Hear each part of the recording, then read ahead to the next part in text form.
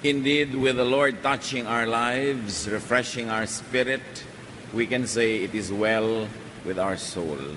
And it is the best thing that can happen to a person, to have peace, to have power, and to have contentment. Maraming mga bagay na umuubos ang ating lakas. Maraming mga bagay na sumisip-sip ng ating sigla sa buhay. Kaya kailangan lagi tayong nagkakaroon ng re-empowerment. And that can only come from God. Ang ating pag-aaral ngayon, bagay na bagay sa lagi nang napapagod, nahihirapan at nanghihina, ang pamagat, lowbat, pray. Kung nalolowbat ang tao, dapat mag-pray siya. Salamat Panginoon dahil kayo, binibigyan nyo kami ng power. Ngayon Lord, turuan nyo po kami na makita yung napakasimpleng paraan kung paano kami lagi na mabibigyan ng bagong lakas, sariwang mga pananaw at bagong pag-asa. Teach us, hold us by the hand and lead us unto greater knowledge of you, and therefore unto greater power and empowerment. Forgive us our sins, O God. Cleanse us, make us whole, lead us. In the name of Jesus, your Son, our hope, our Savior, our friend, we pray. Amen. Mark 1:32-34. That evening after sunset, all who were sick or had demons in them were brought to Jesus. In fact, the whole town gathered around the door of the house. Jesus healed all kinds of terrible diseases and forced out a lot of demons. But the demons knew who he was, and he did not let them speak. A typical day in the ministry of the Lord Jesus, everybody needed him, everybody wanted healing from him. So after a whole day's grueling work, Jesus kept on serving way into the night. Parang hindi pa sapat ang maghapong paglilingkod, inabot pa ng gabi ang kanyang pagpapagaling sa mga tao. So many people wanted and needed his service. And Jesus attended to them all, doing much work to heal and to set people free from demons. Additional work, he had to also restrain demons from speaking. Kailangan pa niyang pigilan ang mga masasamang espiritong ibunyag kung sino siya dahil hindi pa napapanahon, nakikilala naman siya. It was all hard work.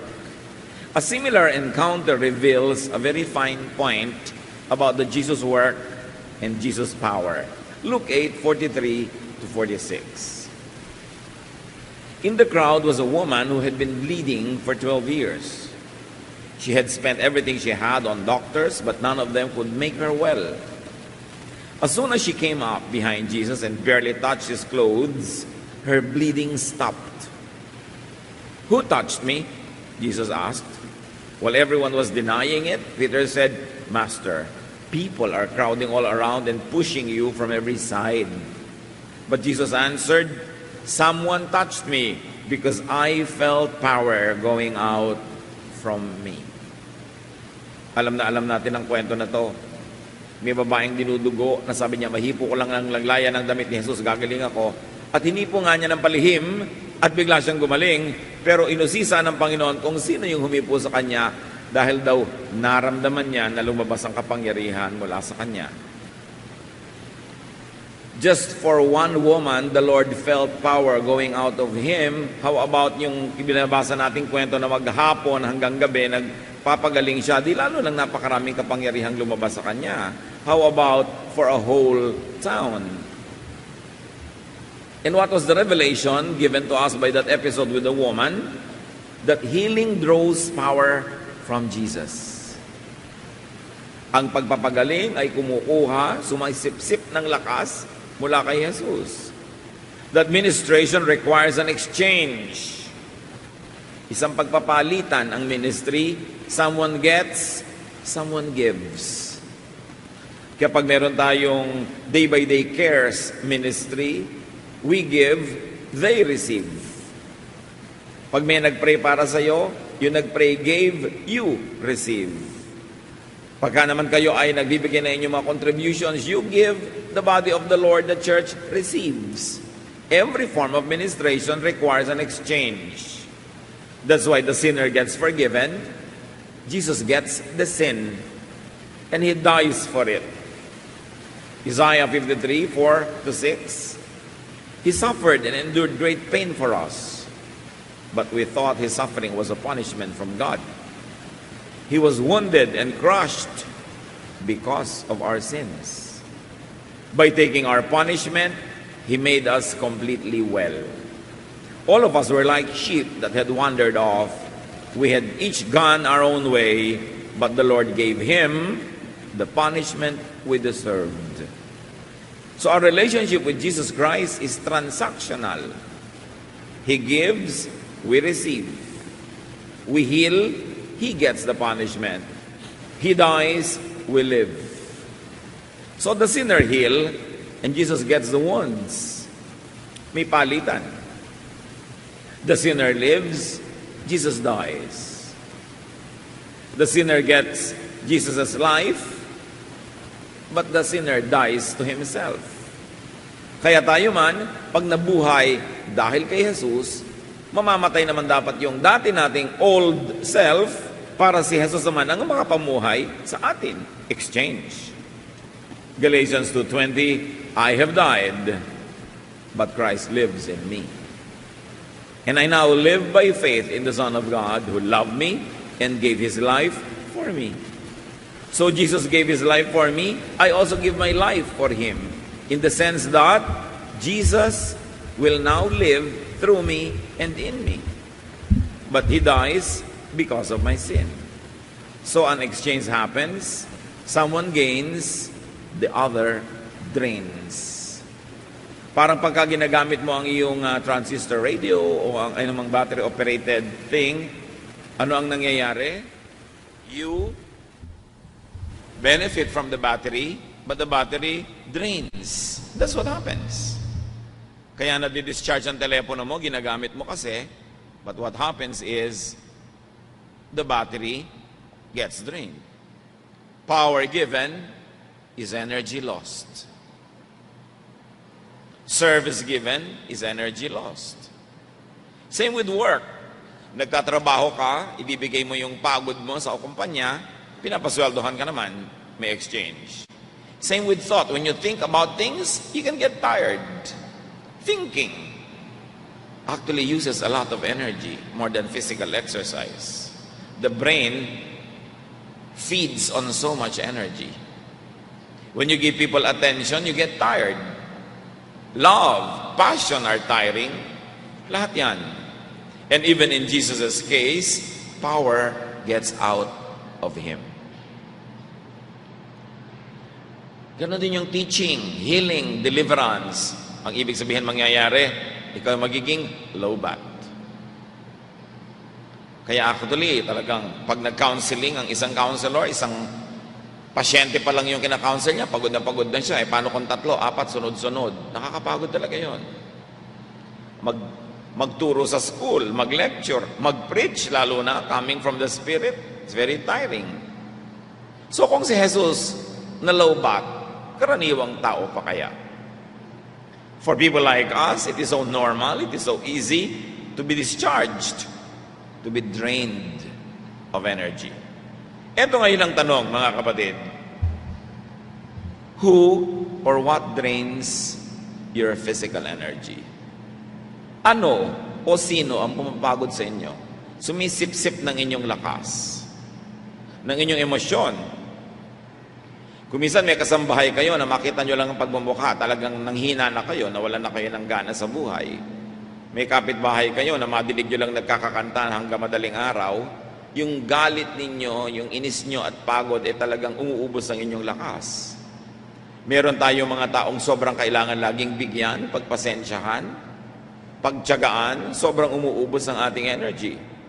There are also things, people, and events that drain us, and who drains you of spiritual power. Yung nauubos ang pagkakristyano mo pagka ito ang kasama mo. Nauubos ang lakas mo pagka ito ang tumutokso sa iyo. Nakaka-low-bat ang maraming bagay. Look at low-bat Elijah. One of the most powerful figures in the Bible was Elijah. Pero nung sobrang napagod, sabi niya sa 1 Kings 19:4, he begged the Lord, I've had enough, just let me die. Pati napakadakilang lalaking instrumento ng Diyos, inibig ng mamatay sa hirap ng ministry na kanyang pinasan. So what could we learn from Jesus? After a draining, tiring, nakakalobat na day and night, Mark 1:35-37, to continue our original story. Very early the next morning, Jesus got up and went to a place where he could be alone and pray. Tingnan nyo, alone and pray. Away from those that drained him. Away from the patients. Away from the people wanting to be healed. Away from the people who were taking his energy. Kung ang Panginoong Jesus lumayo na pag-isa, humiwalay sa mga taong kumukuha ng kanyang lakas, kahit pa nga ang pagkuha ng lakas ay napakabuting gawa, gumagaling sila, yun naman talaga ang ministry ni Lord. Etong tanong, bakit hindi kayo lalo dapat lumayo sa mga taong kumukuha ng inyong lakas, lalo't negative ang pagkuha nila? Hindi nyo naman sila pinapagaling, hindi nyo sila miministeran, talaga lang nakakakonsumi silang kasama. Talaga lamang na inuubos nila ang inyong pasensya at lakas, tinatanggal lang kayo ng sigla, pag-asa. Bakit nga hindi kayo lalayo? Si Jesus nga, lumayo. Kahit pa nga ang paglayo niya, ibig sabihin, titigil mo na siyang magpagaling. Kung ang paglayo niyo naman, kayo yung gagaling o siya yung gagaling, lalong mainam. But Jesus wanted to be alone to pray. So that he would not only be away from those who were draining him, but he would be closer to God, the Father.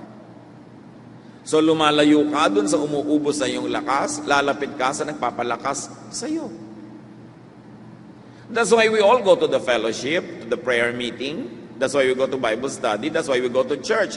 Lumalapit tayo sa nagpapalakas sa atin, ang Panginoon, na gumagamit ng iba-ibang instrumento. Maaring singers, maaring dancers, maaring preacher, teacher, Bible study leader, counselor, prayer minister. Pero lahat yan ay kasangkapan ng Panginoon para tayo palakasin muli dahil isang linggong sinisipsip ng mundo ang ating lakas. Spiritual, emotional, even physical. Kaya napakatalino to go to church. Kailangan mong ma-recharge. Napakatama na pumupunta ka sa mga fellowship, sa mga prayer gathering para ka ma-recharge kasi araw-araw nalolobat ka. Kaya naman dapat sa climate ng fellowship, we help each other get recharged. Hindi yung eto na nga siya, pagod, duguan, pupunta sa fellowship, lalo pa na mapapagod at masusugatan dahil sa ating mga pamamaraan ng pakikitungo sa isa't isa. That's why the church is a sanctuary. It's an oasis. It's an island of comfort, surrounded by a sea of discomfort. So the answer to being low-bat is aloneness, solitude, pag-iisa, kaulayaw ang Diyos, kaulayaw ang sarili lamang para makapagbulay-bulay, makapagmuni-muni. Kailangan mga kapatid, meron tayong ganyan. Times, moments, places of solitude. Ang isang taong mabubuhay na balanse, kailangan meron siyang tama, sapat na quiet time. Naiisip mo yung ginawa mo, anong tama, anong mali. Iniisip mo kung anong mga gagawin mo pa dapat, paano ito itatama at babawasan o aalisin ng lubos ang mali. Dinidinig mo ang mahinang tinig ng Diyos. Bihirang sumisigaw ang Diyos, madalas pabulong. Kaya kailangan tahimik ka. Na inaalis mo ang iyong mga alalahanin para lubos mong mapagtuunan ng pansin ng Diyos. That's why many people even fast when they pray. Not because Jesus or the Lord God in heaven, our Father, is pleased with a hungry stomach. But some people fast because, one, at least they don't have to cook. Hindi na sila kailangan maghain, hindi na sila magligpit. Nakakapag-focus sila doon sa pakikipagdiig sa Diyos. Kasi talaga namang nakakaubos ng lakas siyang mamalengke, magluto, maghain, magligpit. Wala ka ng panahon talaga. na natira, diyan pa lang. Kaya kailangan merong moments of aloneness. Ipinaglalaban yan, mga kapatid. Napakarami nagsasalita sa ating tenga. Radyo, TV, mga tao, kung sino-sino, mga influensya, advertising, gaano karami sa naririnig natin ang tinig ng Diyos. Dapat merong ganong moments. Pahinga. And not only aloneness and solitude, but also prayer. Now, prayer should be two-way. Hindi lang yung ikaw ang nagsasalita sa Diyos, give me this, give me that, forgive me this, forgive me that. Pero meron ka rin pananahimik para dinggin ang tinig ng Espiritu. Sa katahimikan, sa pananahimik natin, naririnig ang malalalim na mga bagay. Matthew 14:22-23, another incident. Jesus sent the crowds away. Then he went up on a mountain where he could be alone and pray. Later that evening, he was still there. So itinaboy niya ang mga tao at matapos na paglingkuran ng mga tao at nag-uwi ang mga tao, napag-isa pa siya, hindi pa siya sumama agad sa mga disciples. Pumunta siya sa isang burol kung saan siya napag-isa at nanalangin at inabot siya doon ng hating gabi sa kadadasal. Kuminsan maganda yung mga formula materials for devotion. Bibili ka sa bookstore, 1 page a day, babasahin mo devotion. Pero kung binasa nyo yun, binasa nyo kapraso yung verse, nag-pray kayo ng 5 minutes, don't call it devotion. Call it commercial break. Binibigyan ng oras ang devotion. Kaya kung maaga kayong papasok sa opisina o sa eskwela, gusto nyo mag-devotion kayo ng mga 30 minutes, aagahan yung gising nyo ng 30 minutes, then you should, para may extra time ka for devotion. Which means, aagahan mo naman ng 30 minutes ang tulog mo. Madaling gawin yun. Marami tayong inaaksayang oras bago matulog. Ang inaaksaya sa panonood ng TV, konti lang kung gusto yung manood. Huwag sobrang dami. Ang inaaksaya sa mga walang katuturan, matulog ka na agad para mapuno ka na ng tulog at magising ka ng maaga, mahaba ang devotion. At kung may coffee break, may lunch break, dapat din may prayer break. Bakit? Yung ang sikmura mo, nagugutom na uli Kakaalmusal mo pa lang, gusto mo na magmerienda paano yung espiritu? Kahit kadadasal mo pa lang kaninang umaga, gutom na rin yan. Madalas lang kasi hindi natin nakikita at hindi natin nadirinig, kaya starving na pala, malnourished na pala yung spirit, kulang na kulang sa dilig ng espiritu. And if Jesus prays, how could we not? Kung siya nga, na pag-iisa pa, nakikipagniig sa Ama ng kay tagal-tagal, tayo pa kaya? Di lalo natin kailangan yon. We must have a regular, private, quiet time with God. Away from people, away from activities, away from thoughts that drain us. Maraming mga isipin na umuubos ang ating lakas. Mga pag-aalala na kahit naman mangayayat ka ng kapag-aalala, wala ka rin namang magagawa. Huwag mo nalang alalahanin, ipanalangin mo. Sabi nga nila, why worry when you can pray? Maraming umuubos ang ating lakas. So, you should have time away from people. Ngayon, siyempre, hindi ko naman inaasahan na pupunta pa kayo sa isang bundok para manalangin, lalo't nakatira kayo sa gagalangin. That bundok can be in your mind. Privacy, space, can be in your mind. Just close your eyes and you can be alone with God. Kung talagang laging maraming maingay sa inyong bahay, di gumising kayo ng maaga, tulog pa sila. Quiet talaga yung moment na yon. Kaya, pwedeng gawin. Basta gusto nyo.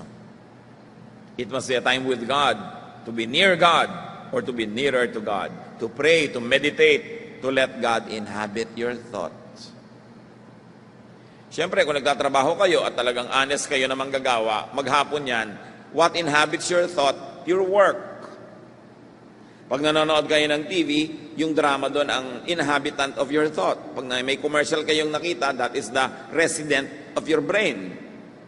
That's why you've got to give God an undivided time and place where He could be the sole resident of your thought. Siya lang ang bisita, siya lang ang tao doon para maestima nyo ng gusto. Because God is the source of all power. Kahit kayo cellphone, pag hindi kayo isasaksak sa kuryente para kayo ma-charge, or through the computer, nasa kuryente pa rin nakasaksak, mabulubat kayo. Kailangan may source of power. Kung ang lahat ng tao ay kakain ng karne, halimbawa, baka, saan ang galing yung kanyang power? Sa baka ang kinain niya. Pero saan galing yung power ng baka na yon? Sa damo na kinain nung baka. Saan galing yung power, yung energy ng damo? Sa araw, sa liwanag ng araw na nagbigay sa kanya nung kanyang mga nourishment. So, ang kauwi-uwian, lahat ng kinakain mo pala galing sa araw. Diba? Kahit naman sa speaker, halimbawa, ang speaker, na-bless ka. Pero yung speaker, na-bless kasi yun ng Diyos. Diyos pa rin ang source, parang yung araw. Kaya nga yung mga tao ng araw, dahil hindi nila alam ang maraming bagay, yung araw mismo sinasamba nila. Kasi alam nila, yun ang source ng lahat. Araw ang nagpapatubo ng halaman, halaman ang kinakain ng kambing, kambing ang kinukuhanan mo ng gatas o karne, para ka makakain. So akala nila yung araw ang pinagmumulan ng lahat, yung araw, galing din sa Diyos yun.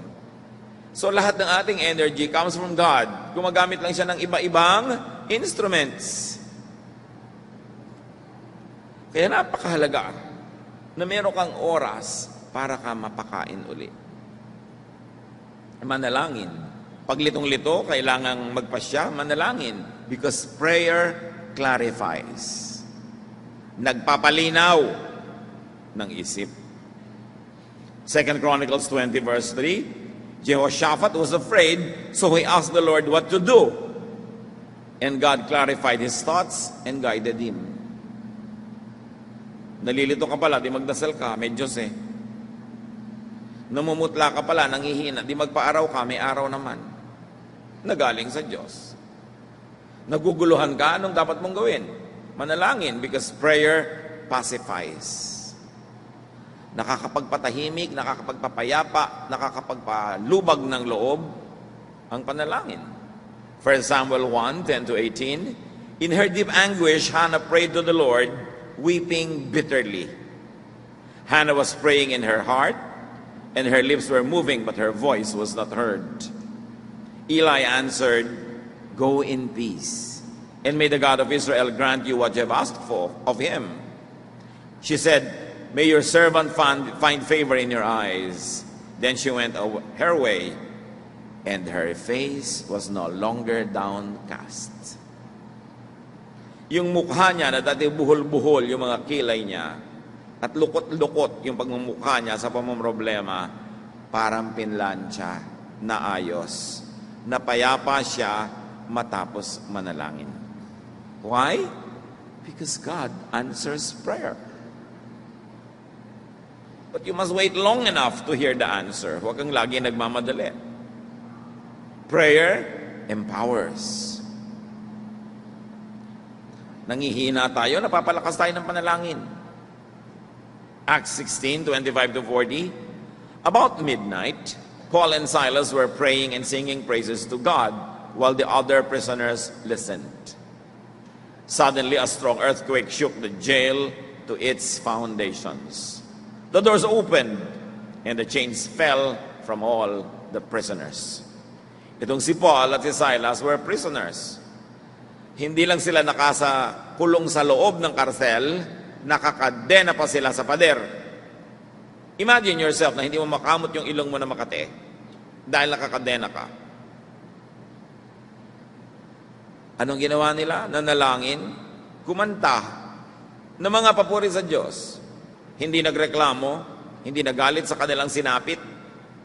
At habang kumakanta sila, yung mga prisoners na umaatungal, nagrereklamo, nagagalit, marami nagmumura pa, napatahimik at nakinig na lang sa kanila. What did they do? They focused on God instead of on their problem.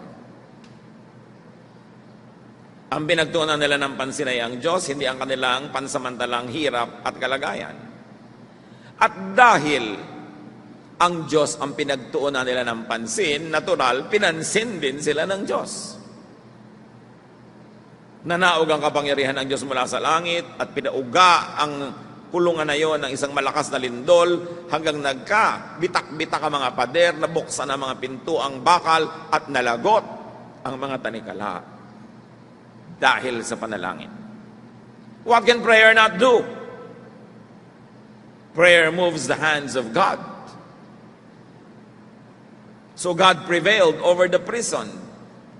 But if Paul and his companions focused on the prison, if they focus on the chain, if they focus on their hunger, their pain, their sense of abandonment, if they focus on the negative, then the negative would have prevailed. The prison would have won. They could have even died fastened to that wall. Kung ano ang iyong tinitingnan, tinititigan, pinapansin, tinutuunan ng iyong mga pag-iisip, yun ang nananaig sa iyong buhay. Ang pinagtuunan nila ang Diyos, na kahit naman sila nakulong sa sandaling iyon, napakarami pa rin naman lang dapat ipagpasalamat dahil hindi naman sila nakakulong buong buhay, noon lamang. Kahit nagkaroon sila ng hirap, napakarami pa rin lang pwedeng alalahaning sarap sa piling ng Diyos.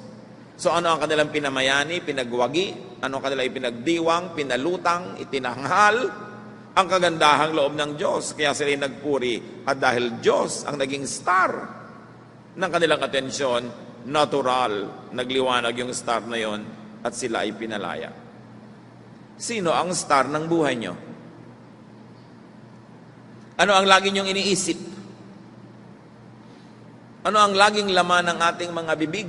At sinasabi natin, tiyakin natin na ang Panginoon, ang kanyang kabutihan, ang kagandahang loob, sa kabila ng mga pansamantala na dinaranas nating mga hirap sa buhay. Kung anong tingnan nyo, natural, yun ang makikita nyo. Kaya dapat nagtutuon sa Diyos. At sa dami ng nakikita nating problema, hirap, alalahanin, dapat talagang ipaglaban natin na meron tayong malinaw, tiyak na oras na sa Diyos lang tayo nakatingin. Have enough aloneness with God. It is your duty to yourself, not to mention you owe that to God. Have enough quiet time to fellowship with the Lord, to inquire and learn, to make your requests, to intercede for others, to be recharged, to be empowered. Pray. Pray after getting tired. Pray before getting tired. And pray while you are becoming tired. Pray more when busy and tired. Mas marami kang gagawin sa maghapon, mas haba-habaan mong panalangin. Bawat isang minuto invested in prayer and aloneness with God could save you hours or days of suffering because of a mistake that could have been prevented by spending time with God. Thessalonians 5:17, never stop praying. Huwag tumigil ng pananalangin. Natural lang malaubat, physically, mentally, emotionally, spiritually, but always reconnect with God. We don't disconnect cell phones while being recharged. Hindi ba pag naglalagay kayo ng cellphone, nagsasaksa kayo gano'n, hindi nyo aabalahin yun sa kalagitnaan dahil mamaya maapektahan yung capacity nun to be loaded the next time. Anong ibig sabihin nun mga kapatid? Huwag din kayong paabala pagka kayo nagre-recharge sa Diyos. Hindi yung nagko-quiet time kayo, may nalaglag lang na baso, tatayo pa kayo para alamin kung ano yun. May nagsalita, sasali pa kayo sa kwentuhan. At napakahalaga mga kapatid, huwag nating gambalain ang mga nagko-quiet time. Kayo, mga members ng family, nakita nyo ang nanay nyo, nagko-quiet time pa. hihingan nyo pa ng kape o nasaan ang mantika o nasaan ang medyas nyo. Hanapin nyo na yan, alamin nyo para huwag nyo siyang abalahin habang nagre-recharge. In other words, we've got to give each other the place, the time, the opportunity to be alone with God. Huwag niyong laging dominahin ang kanyang oras, kainin ang kanyang atensyon, agawin ang kanyang pansin, lalong-lalo kung siya ay nakikipagdiig sa Diyos. Do what you can, do what you must. People who are alone with God must not be interrupted by our mundane daily needs. Things can wait. Pero dapat huwag gagambalain ang nakikipagdiig sa Diyos. Respect sacred space and time. And that is when people pray. When people worship, respect them. Pag alam mo na may nagko-concentrate sa prayer, baka maingay ang anak mo, baka maingay ka, patahimikin mo dahil di-disturb siya.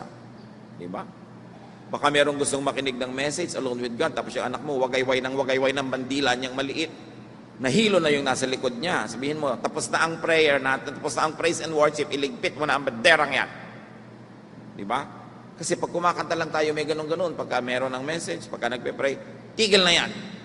May tamang lugar, may tamang panahon ng lahat. Buti naman, tumigil yung ibang nakikita kung gagalaw-galaw pa yung mga bandera. No? Tapos na ang pagbabandera, mga kapatid. Pigilin yung mga anak nyo pagka-preaching na. So, makikita natin, dapat ikagalang natin yung nag-worship. Huwag natin siyang guluhin.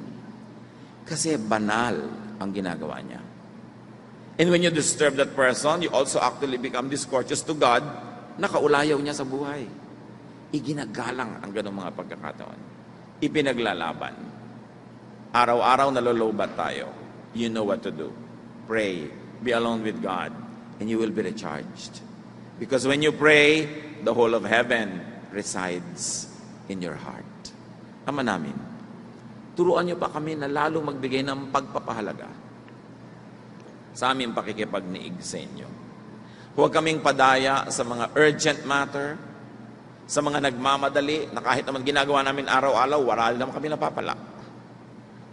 Turuan niyo kami, Panginoon, na kahit kami nagiging matapat sa aming mga tungkulin, masisipag, maraming ginagawa, ipaglaban namin ang pakikipagniig sa inyo ng sarilinan. Huwag naming payagan ang sino man, anuman na makagambala. At katulad ni Jesus na iyong anak, turuan mo kami na magkaroon ng distansya, humiwalay, kahit pa nga sa mga mabubuting tao at mabubuting ginagawa namin para kami makipagniig sa inyo. Lalo naman, turuan nyo kaming humiwalay sa mga masasama, sa mga nakakagulo na walang mabuting ibinibigay sa amin. Turuan mo rin kami, Panginoon, na ang mga mahal namin sa buhay, i-protect namin sa mga gumugulo sa kanila. Ilayo namin sila, bakura namin sila mula sa nanggugulo, imbes na lalo namin sila, Panginoong, ipahamak at itapon sa presensya ng mga taong magugulo. Teach us to value our peace, especially our quiet moments with you. Pagbulay-bulayan natin, mga kapatid, at alalahanin lagi, be charged with the Spirit.